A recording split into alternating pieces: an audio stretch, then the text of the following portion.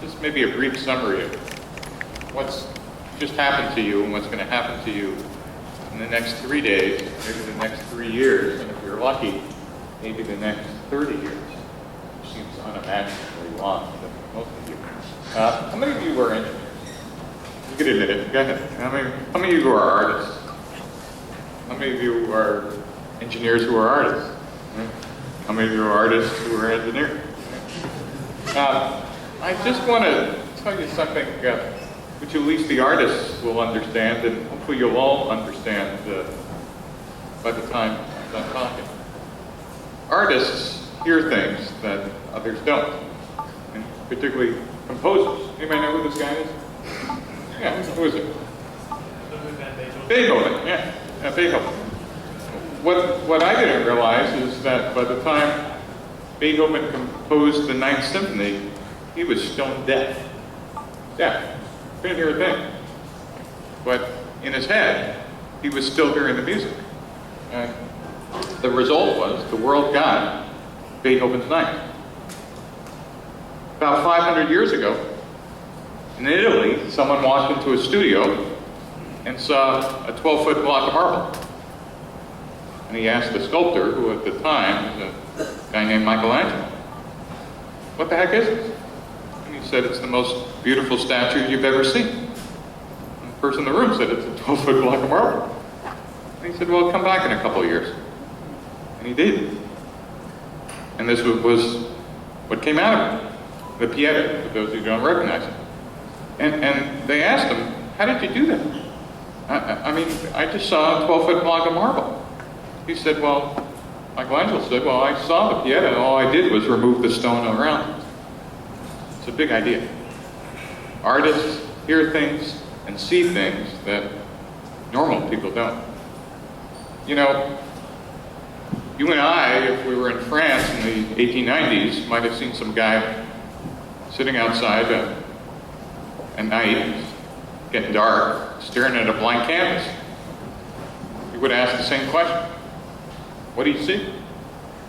You and I see a blank canvas. He said, "Come back in the morning." And there was Van Gogh in Starry Night. And so, I tell you this, because here's the one thing I do know for sure, with apologies to any accountants in the room, but accountants don't run startups. Artists do. It's a big idea. For those of you who not only want to write code or build something, but actually want to start something, who want to be a founder of something, entrepreneurs and founders are artists. You see things that others don't. And this is a big idea. Big idea. If you think your job as an engineer is simply to create a piece of code, or build some hardware, or solve some small problem, congratulations, join the engineering team. There's nothing wrong with it. But if you want to be a founder of something, you'll see something that no one else sees. I think we could build an electric car. I think we could put people on Mars. I think something else that we haven't even thought of yet, but someone in this room is going to do, that other people will tell you they don't see, and more importantly, will laugh at you, tell you crazy, tell you why don't you get a real job, etc. When you hear that, shut out those voices. Because true artists see things that others don't. Because where others see limits, you see possibilities. Founders and artists just don't view the world the same way. When others fall on their face and treat failure as an end, screw it, I can't get up again. Founders have a very special word for failure. I'm going to tell you a personal version of this story. I did 8 startups in 21 years in Silicon Valley. Semiconductors, supercomputers, video games. Box score at the end of my 21 years was 4 IPOs, but interestingly enough, the whole lean startup movement started out of the 2 craters I left, and one of them so deep it had its own iridium layer. And the geologist in the room can explain that to the rest of you. It means I blew $35 million of other people's money. And in fact, I did that when I was on the cover of something called Wired magazine. Is Wired still around? Is that, yeah, okay. Yeah. We used to cut down dead trees to print it on ink. I think now you get it electronically. When I was on the cover, it was, superstars, the digital superstars, Silicon Valley. And 90 days after I was on the cover, I realized I was about to blow $35 million going out of business. And it did.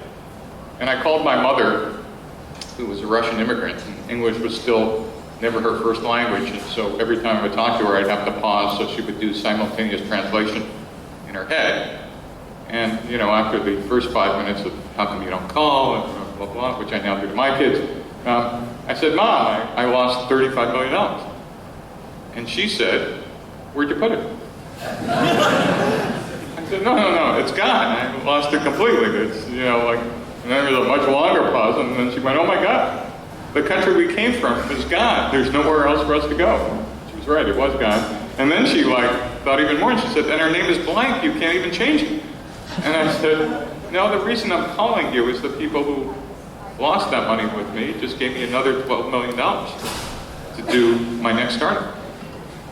And the punchline to the story, there's two.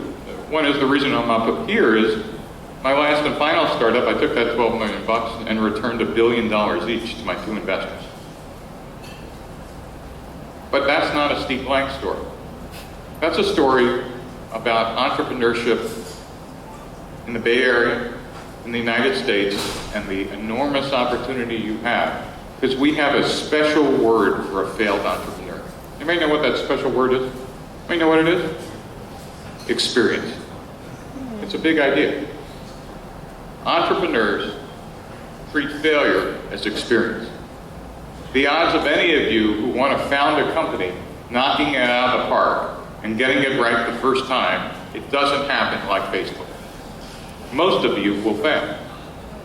Most of you will fail multiple times. And the test of what a true founder is you pick yourself up, you're depressed for a day or a week, and then you have coffee with your friend, and the first thing they'll say is, so what are you doing next? And if you could do that because you're driven because you see something others don't see. You have what it takes to be a founder. Now, how do we teach this stuff? I have to tell you, the other thing that happened to me is when I retired and decided to give back by teaching. My best friend, who was running the iPod division at Apple, John Rubenstein, laughed hysterically. He said, Steve, you were born entrepreneur. You can't teach this stuff. And that question kind of stuck with me for a decade. Going, well, I am teaching this stuff, and why do I think I could teach it? And the answer is, well, the mistake we were making with entrepreneurship education is thinking we were teaching accountants. If you believe you're teaching artists, then we know how to teach artists. We've been teaching artists since the Renaissance. Some theory, an artist, we teach them how to mix color, we teach them about perspective, we teach them about composing or whatever, but lots of practice. Guess what you're going to do in the next 3 days? Welcome to 3 days of art school. So welcome to the hackathon, and thanks for being here, and founders are artists. So thank you guys.